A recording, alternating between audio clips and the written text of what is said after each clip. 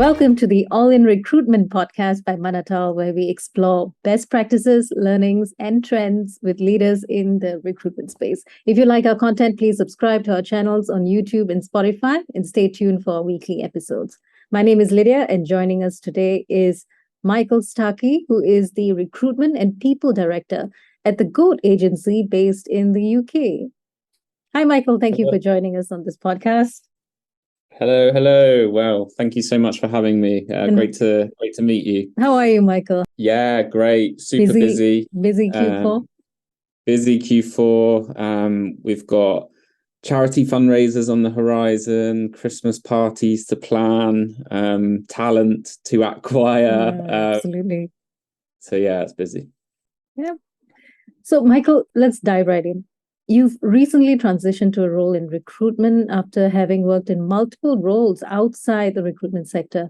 You've been in business development particularly. So what sparked your move to recruitment? So I joined the GOAT agency as a business developer. Prior to that, I worked in business development and marketing for a venue in London. The reason I wanted to make a move to the company initially was because of GOAT's ambition. I was kind of I bought into the ability that they had to convince me that scaling globally was kind of their North Star at the time. And when I joined, I was obviously working with clients, but in 3 months, the opportunity arose for me to become the recruitment manager and help them kind of, I guess, story tell what GOAT was trying to achieve. So off the back of me buying into what they were trying to do, I was able to reverberate that out through my new role and loved it. I think that there is a lot of similarities between business development and recruitment. You have to be proactive, sourcing, the best person for the job, but also really listening to people. I'm a big believer in interviews becoming a conversation that's really curious. And I kind of was able to transfer a lot of the skills that I'd accumulated in previous positions to what I do now. What might be the main skill that you think you would have transferred and helped you in your role in recruitment from business development? I think you have to listen to people and understand their position empathetically. And I think that good salespeople are really good listeners and they try and solve a problem based on the solution that they have. And the transferable skill there really is listening to candidates and assessing whether this company is right for them, but also that they have a skill set that is going to be valuable to the company moving forwards. But it isn't as simple as that. You need to understand what people's ceilings are and whether they're going to be a good fit for your company culture. So I think, increased levels of empathy and emotional intelligence and the ability to really listen and understand someone's position helps you be a good recruiter, and then all the proactivity that comes with BD could be, transferred over as well. So you mentioned earlier that you were the talent manager or recruitment manager with the GOAT agency for a bit in the early phase of your time there, and you are now the director of recruitment and people for the GOAT agency, which is a niche agency in influencer marketing, correct? Yeah. We're an influencer marketing agency, yeah. So tell us about your role here and how some milestones that you've achieved in the last 4 years, perhaps. Yeah, so when I joined, there was around 45 goats. The week before I joined, they'd moved into a bigger office, which was again a sign of things to come. And I guess as my role evolved, we started to bring in people who had different skill sets. So I was kind of constantly learning on the job in an industry that really isn't that old. Influencer marketing didn't really exist all that long ago. So everything's incredibly fresh. There is no blueprint to what the business is trying to achieve. So we're big believers in kind of bringing in problem solvers. I guess trying to navigate that was incredibly interesting to me because I was learning something new, if not multiple new things every single day. We also didn't have a people function at the time, so I was literally just a recruitment manager. So as the business is scaling, we're obviously bringing in people with fresh perspectives, diverse backgrounds in roles that didn't exist that long, as I touched on. But also we felt the need to really dial into retaining that talent as well. So this is kind of where the people side of my role came in. I began to focus on culture, more benefits, long-term retention strategy, making people feel warm and welcome as part of the company culture, as we kind of move from that village stage into like a town. So my role was evolved from not just simply trying to get people through the door who are really, really good, but also keeping them long term. That's a great transition that you've made. You're looking through the whole process and the entire experience with a bird's eye view, basically. Exactly. And I think, it's always been incredibly important to me to extend the relationship beyond the first day. It's really great, providing an excellent, memorable candidate experience through the recruitment process. But what is incredibly important beyond that is maintaining that relationship and ensuring that that individual or individuals know that you're their port of call if they need a friendly word of advice. You've sold them into the company culture, and therefore you need to embody what that company culture is. And I think that we didn't really put a name on that for a long time, but then all of a sudden kind of people started being floated about as a title, and we were kind of like able to put all of those responsibilities under that umbrella. And it seems that the GOAT agency receives an average of 500 applications a week. Is that right? Yeah, so it depends how many roles we have live, but influencer marketing and social media is obviously a very attractive place for people to be at the moment. Big brands that we work with are now kind of investing heavily in that as a way to market to their consumers. We work with big commercial Fortune 500 businesses, and the amount of investment that they've now spent on that tool has increased dramatically throughout the years, which is obviously part of the parcel of us being able to grow so quickly globally. So when you pepper in the fact that we are trailblazing this industry, we are kind of number one, especially in the UK and Europe, people want to work for you. And also when you kind of create a really great recruitment brand because of the experience you're able to provide to candidates as well, I think that kind of builds momentum behind people seeing it as a really desirable place to be. We also invested in an idea that became a main marketing channel for us. So we ended up vlogging for 400 days straight. It was a window into our company culture, the type of work that we do, the energy that we give off pretty much on a daily basis. So I could always defer candidates to that as a resource tool for them to get clued up about who the GOAT is. They didn't have to just trawl through a website. They had content to watch. And yeah, I think that definitely spiked the amount of applications that we were receiving as well, because it was short, snappy, fun, and who wouldn't want to be a part of that? Plus, it's an influencer marketing agency, so I guess the pressure was on for employer branding to be over and beyond what you might normally see. You have to practice what you preach, yeah, organic, authentic content. Absolutely. So what might be some strategies, Michael, to recruit the right talent for a sector like advertising today? Yeah, I mean, we use LinkedIn a lot. LinkedIn is kind of a social media platform blended with an opportunity for you to position yourself as the right person for a job. The vlog was also a huge attraction tool for us as well, as we've kind of just discussed. And then I think it's being proactive in building your network. I have met so many people who weren't quite right for one position, but were perfect for one that we've opened up 2 or 3 weeks later. So just keeping people in mind because you've listened to them, maintaining that relationship, even if they weren't right in that moment, is incredibly key. So I instill that in my team, who are super, super talented and very kind of great network builders in their own right. So using the right tools, being proactive. Not everyone can rely on applications all the time. You might have to go and headhunt or source having a network there that you can defer back to if you need to or feel like it adds value. And then using kind of fun content to really demonstrate what you're about, I think is all that you really need. And then providing a good candidate experience obviously makes people kind of interested in maintaining relationship with you from their point of view. So in your experience so far, Michael, what is it that creative talent usually seek from employers?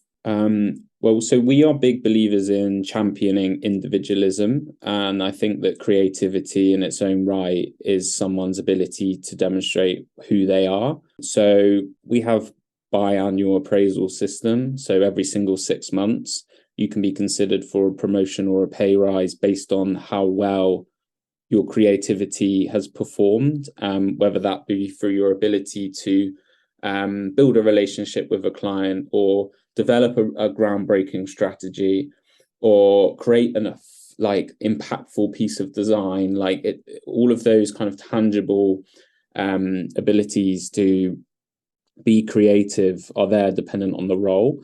But I guess never being too far away from movement in your career in a positive way is incredibly important. I think, buying into the fact that we are in a unique position to trailblaze an industry that didn't exist that long ago is something that people really enjoy, because you can have a big picture impact day to day.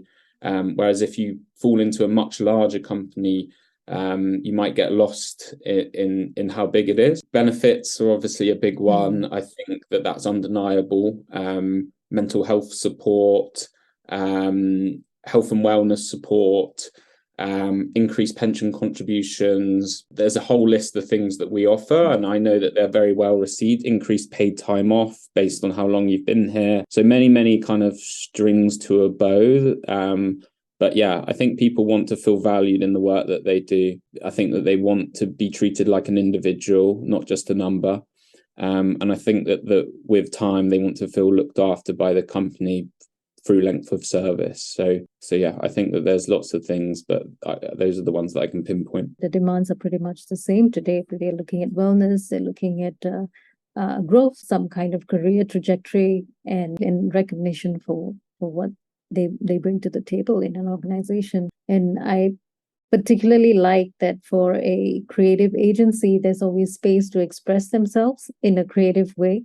That brings the individualism out there. Yeah, I think that as an employer, we're really proud of not pretending we're perfect. I think that anyone can come into our business, regardless of seniority, from intern to co-founder and everyone in between. All ideas are welcome. So you can kind of be your own entrepreneur within our business. And if you improve a process or make a suggestion or a tweak that improves who we are or what we do, then you will be merited for that. And, you can build up your profile in the business really well by making those kind of innovations through the work that you produce. So yeah, having a diverse pool of minds that can all contribute a different way of thinking in a professional sense can really skyrocket your business. So when that person feels like their ideas have then warranted movement when it comes to salary or promotion, then you've kind of got a recipe for creating superstars. And I think that should always be our aim.